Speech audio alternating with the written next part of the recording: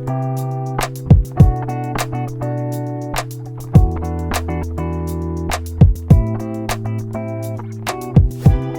is Steve with Smitty's Fly Box, and today we're tying Humpies.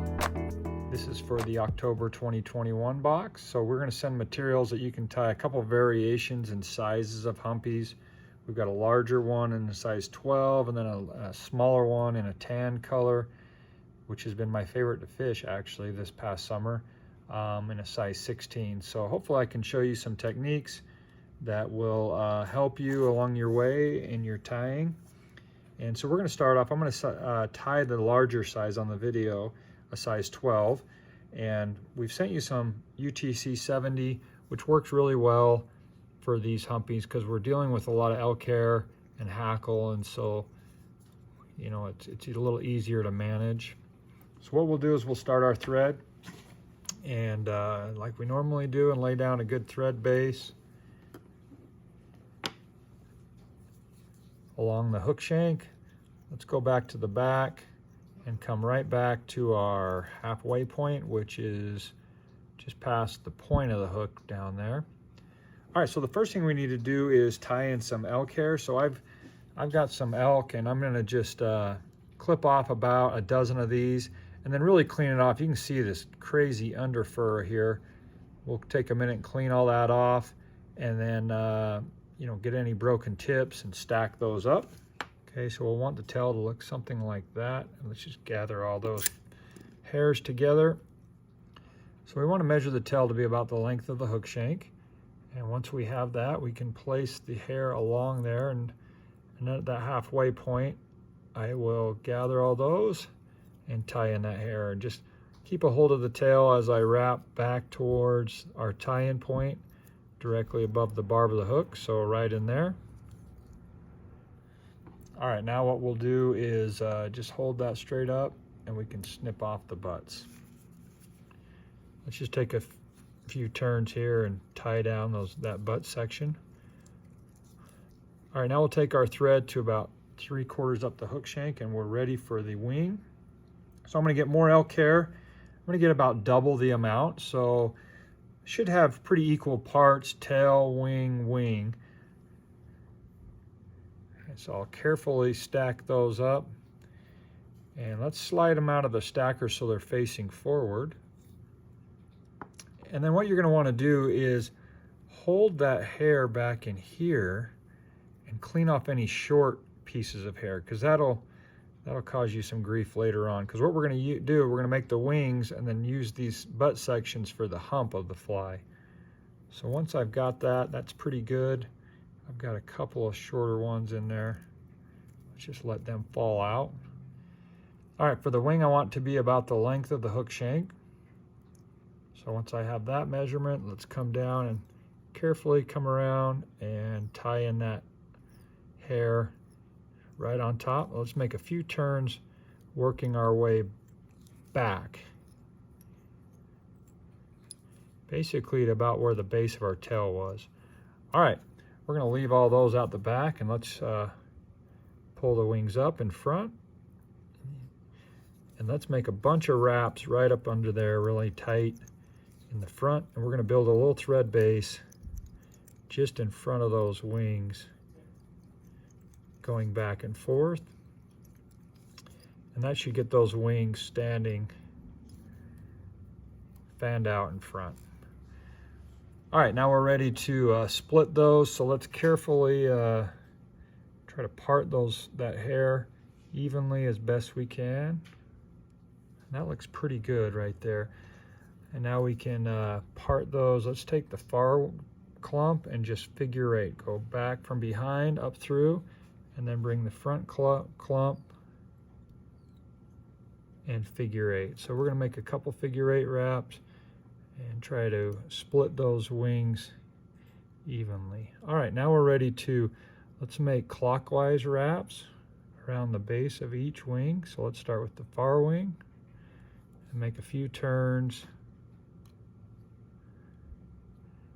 at the base of those wings. Oops. And then we can turn right around and come back. All right, Again, I'm going to make a few turns just in front and build that base in front, like so.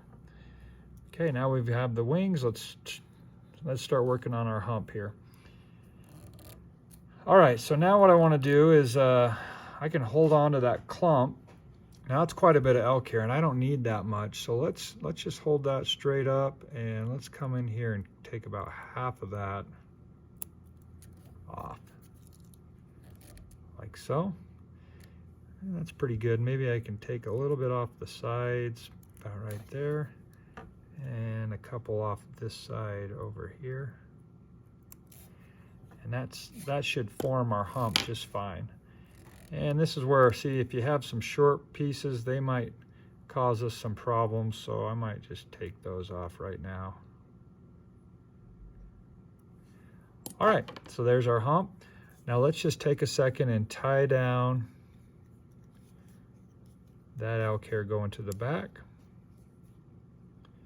and come right back. Now if I'm tying the smaller humpy, this is where I could probably just build up that hump with my thread, but since I'm doing a little bigger one and I want to use the orange, let's just finish this thread, and let's switch over real quick for a second and use some of this thick floss, and then we can really build a nice looking hump. So I've already spooled up this orange. Let's just attach that behind the wing.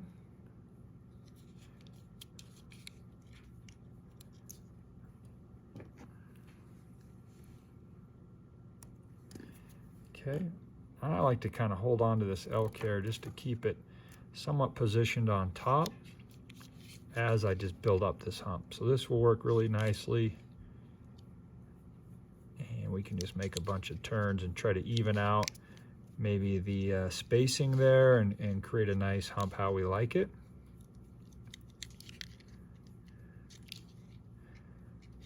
All right, let's get in this area. Let's look in here. That looks pretty good, I think, about how I like it. All right, so we're ready to now bring our tan thread back. And I'm just going to reattach that right behind the wings right there. And now let's cross it up under the orange a few times so I can tie that down. And just hold both those back and come back over about right in there. Okay, now we can snip off the... Okay, so now we've reattached our tan, we've got our orange. Well, let's just pull the butt ends of that down. I like to just split the wings right there, so it positions it right on top. And let's just bring our thread over with our left hand, tie off that elk hair, and then we can snip this off. Again, trying to avoid our wings as best we can.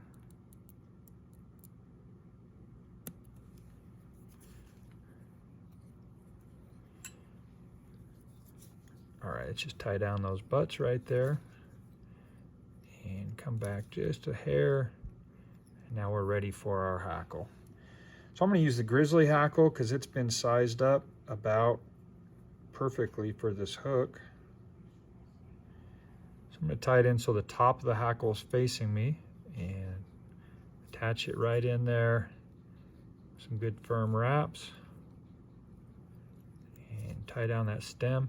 Now you notice I have a nice buildup of thread there and not so much there. So to help that, when I wrap this hackle, let's just build up a little thread just in front, again, of that those wings, and almost build a ramp from our wings down to the eye of the hook. And be careful not to crowd the eye of your hook. We still need some space right there, an eye length, to tie our hackle off.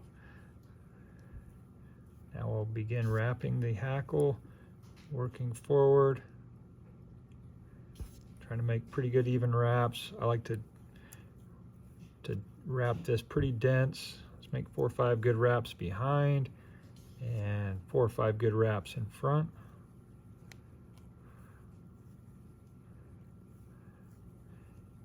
once we're to the eye, we'll hold that straight up in the air and drop our thread over about 3 times. And then make sure we get a nice good turn there. Let's snip off our hackle, just carefully come up with the eye of the hook. Now we may have a few whiskers there. Let's just pull everything back out of the way and build up a little head and tie off any stray pieces of hackle. And then we can whip finish.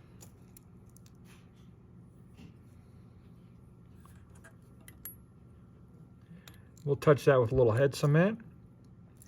And we've got a good bushy little dry fly that's super fun to fish in the summer months. So it floats really good and sits up there really good. It's a classic.